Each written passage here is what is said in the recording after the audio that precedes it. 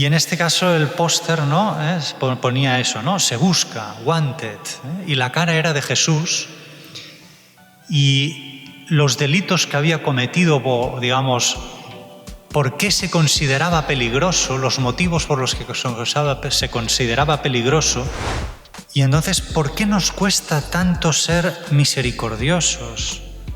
¿Por qué nos cuesta tanto amar a nuestros enemigos? Hacer el bien a los que nos odian, bendecir a los que nos maldicen, orar por los que nos calumnian, poner la otra mejilla, es decir, hacer el bien a quien nos haga el mal. De hecho, durante ese proceso sentiremos dolor.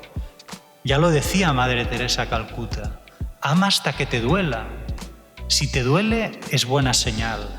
Queridos hermanos y hermanas, gracias a vosotros, nuestra parroquia ha podido llegar a miles de hogares de todo el mundo, compartiendo la palabra de Dios y manteniendo viva nuestra fe en el mundo digital. YouTube nos ofrece dos formas sencillas de colaborar.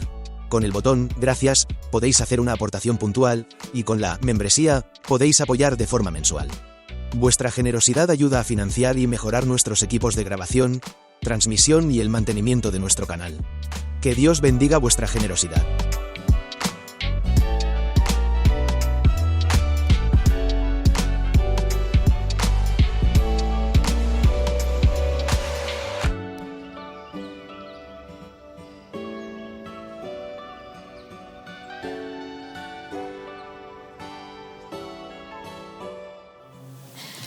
El Señor esté con vosotros.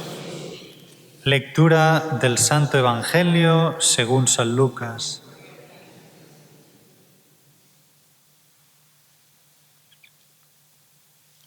En aquel tiempo dijo Jesús a sus discípulos: a vosotros los que me escucháis os digo, amad a vuestros enemigos, haced el bien a los que os odian, bendecid a los que os maldicen, orad por los que os calumnian.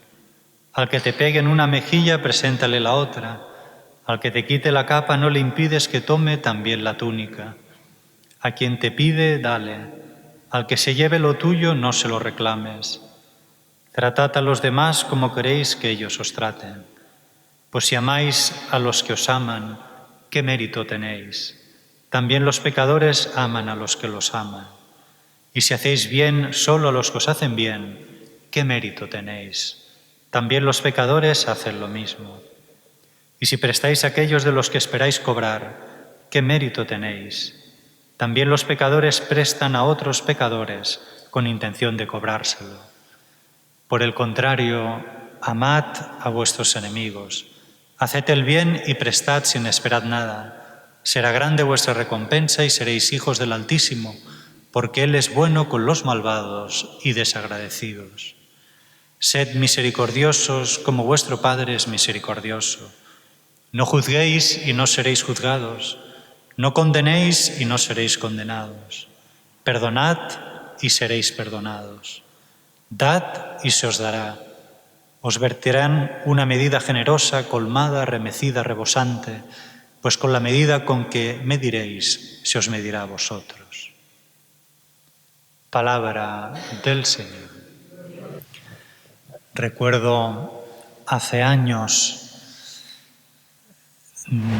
que me hizo gracia un póster que vi, de hecho me lo compré, luego ya con el tiempo lo tiré, pero me hizo gracia porque era un póster como aquellos carteles de las películas del antiguo oeste, en la que en los pueblos clavaban un cartel con la cara de un forajido, ¿no? Y se ponía se busca, ¿no? Aquello wanted, ¿no? Y luego salía la cara, ¿no? del forajido, luego los delitos que había cometido y por último la recompensa a quien lo encontrara, ¿no? Y en este caso el póster, ¿no? ponía eso, ¿no? Se busca, wanted, y la cara era de Jesús y los delitos que había cometido, digamos, ¿por qué se consideraba peligroso? Los motivos por los que se consideraba peligroso es porque había dicho cosas tan peligrosas como amad a vuestros enemigos, haced el bien a los que os odian, bendecid a los que os maldicen, orad por los que os calumnian, al que te peguen una mejilla, preséntale la otra, no juzguéis y no seréis juzgados, perdonad y seréis perdonados, dad y se os dará. Y luego la recompensa era a quien lo encontrase, era la vida eterna, la salvación. Ciertamente, nunca nadie había hablado antes así. Y esta fue la conclusión a la que llegaron los guardias del templo cuando años más tarde los miembros del Sanedrín pidieron a los guardas del templo, que no debían ser personas de una gran sensibilidad ni religiosa ni de otro tipo, pero cuando fueron a apresar a Jesús volvieron con las manos vacías, ¿no? Y cuando les preguntaron qué había pasado, por qué venían así, y es que dijeron eso, nunca nadie antes había hablado así. Pero es que en este caso no es que nunca nadie antes había hablado así, si es que nunca nadie había dicho antes cosas semejantes. Amad a vuestros enemigos, haced el bien a los que os odian, perdonad y seréis perdonados. Claro, en este sentido, ¿qué se ha hecho de ese principio de justicia que limitaba la venganza del ojo por ojo, diente por diente, que de alguna manera dominaba todo el Antiguo Testamento y no nos engañemos, también domina prácticamente toda nuestra vida? Porque lo que pide Jesús va mucho más allá del ojo por ojo, diente por diente. Podríamos decir que va más allá de lo humanamente razonable. De hecho, ante estas palabras de Jesús, amad a vuestros enemigos, ¿no? Nuestra naturaleza humana es como que se rebela. Instintivamente nos repugna tener que hacer lo que pide. Y es que podríamos decir que es como antinatural. Pero no es que sea antinatural, sino que va más allá de lo que es natural, es sobrenatural. Por eso va más allá de lo que podamos hacer nosotros con nuestras propias fuerzas. Por eso podríamos preguntarnos, entonces, ¿quién es este que dice estas cosas? ¿Con qué autoridad dice y pide esas cosas? Pues lo primero que podríamos decir es que es aquel que junto con el Padre y el Espíritu Santo es un solo Dios, el Dios único y verdadero, que cuando se reveló a Moisés en el monte Sinaí, dijo de sí mismo que era Dios compasivo y misericordioso, lento a la cólera y rico en misericordia y fidelidad. Y ahora, tomando naturaleza humana, nos recuerda que Dios es misericordioso con todos nosotros, también con los malvados y desagradecidos. Y esta es la razón última por la cual Él nos pide a nosotros que también practiquemos la misericordia. Sed misericordiosos como vuestro Padre es misericordioso. Si así es nuestro Padre, misericordioso con todos, así tenemos que ser también nosotros, que somos sus hijos en Cristo Jesús. Y por eso tendríamos que querer practicar la misericordia, no porque el otro se lo merezca, sino porque lo necesita, porque todos lo necesitamos. De hecho, todos vivimos de misericordia, de la misericordia de Dios. Si Dios no aplicara en todo momento su misericordia, ¿qué sería de nosotros? ¿Y nosotros no vamos a tener entonces misericordia de nuestros hermanos? Y entonces, ¿por qué nos cuesta tanto ser misericordiosos? ¿Por qué nos cuesta tanto amar a nuestros enemigos, hacer el bien a los que nos odian, bendecir a los que nos maldicen, orar por los que nos calumnian, poner la otra mejilla, es decir, hacer el bien a quien nos haga el mal? ¿Por qué nos cuesta tanto perdonar a quien nos ha ofendido? Ser generosos con todos. Porque no sabemos amar. Porque no amamos como Dios nos ama. O dicho de otra forma, ¿por qué nos cuesta tanto entender la manera de actuar del padre de la parábola del hijo pródigo, que cuando éste regresa a casa, después de haber despilfarrado la herencia, el padre, lejos de enfadarse y castigarle, le prodiga con toda serie de detalles de cariño y de amor por haber vuelto. Y nosotros nos alineamos con la manera de pensar del hijo mayor, que se enfada porque cree que es injusta esa manera de proceder de su padre. ¿Por qué no entendemos la manera de proceder del dueño de una viña, que contrata obreros a trabajar a su viña en diferentes momentos del día y al acabar la jornada da a todos el mismo salario, tanto a los que habían trabajado todo el día como a los que habían llamado a trabajar a última hora? ¿Por qué nos cuesta tanto entenderlas, estas parábolas?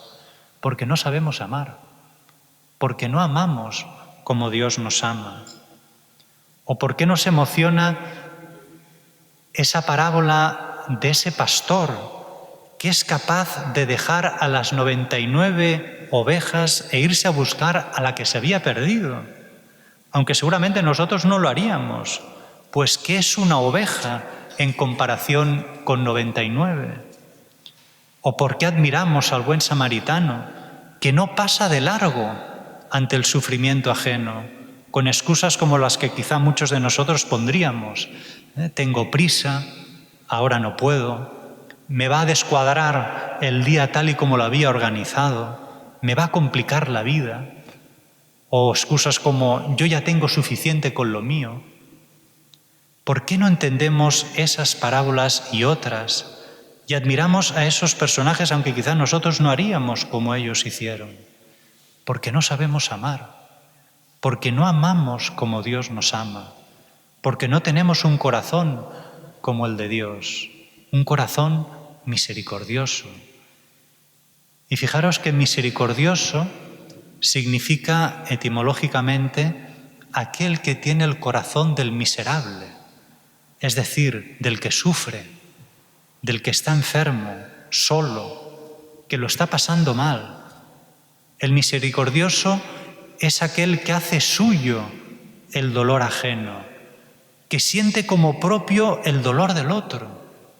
Por eso Cristo es el rostro de la misericordia, porque tomando naturaleza humana, Él, Dios, el Hijo de Dios, ha querido compartir y hacer suya toda nuestra existencia, con sus alegrías y sinsabores, y especialmente ha hecho suyo y ha vivido como propio nuestros dolores, nuestros sufrimientos, hasta llegar a experimentar la muerte.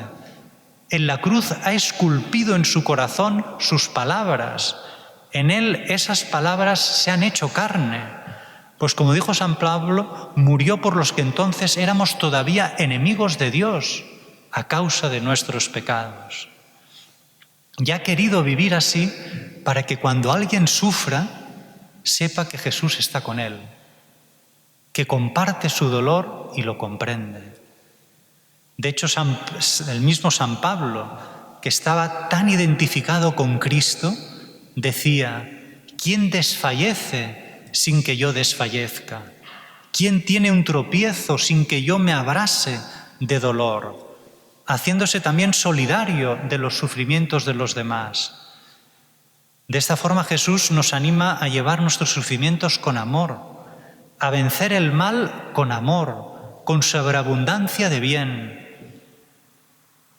El misericordioso vence el mal con abundancia de bien y de hecho es la única manera de vencer al mal, ahogándolo con abundancia de bien.